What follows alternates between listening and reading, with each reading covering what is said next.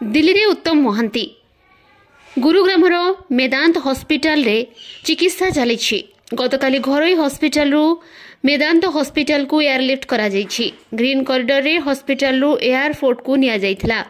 Liver cirrhosis रे पीड़ित होई किम्स सुपर स्पेशलिस्ट हॉस्पिटल रे चिकित्सित हेउथिले।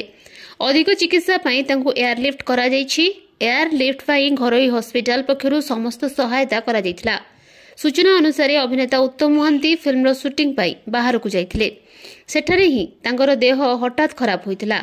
तापरे हॉस्पिटल रे भर्ती होइतिले एवं एहा परे चिकित्सा होई घर को आस्थिले। हेले पुणी स्वास्थ्यावस्था बिगड़िबा परे तांको भुवनेश्वर घरोई हॉस्पिटल रे भर्ती करा जाइतिला। तांको अवस्था गुरुतर थिबारु आईसीयू रे भर्ती होइतिला। ए खबर जानिबा परे फैन समेत सेलिब्रिटी चिंतित थिबा बेले तांकर शीघ्र सुस्थता कामना करिसंती। Bureau report Sarvashakti news.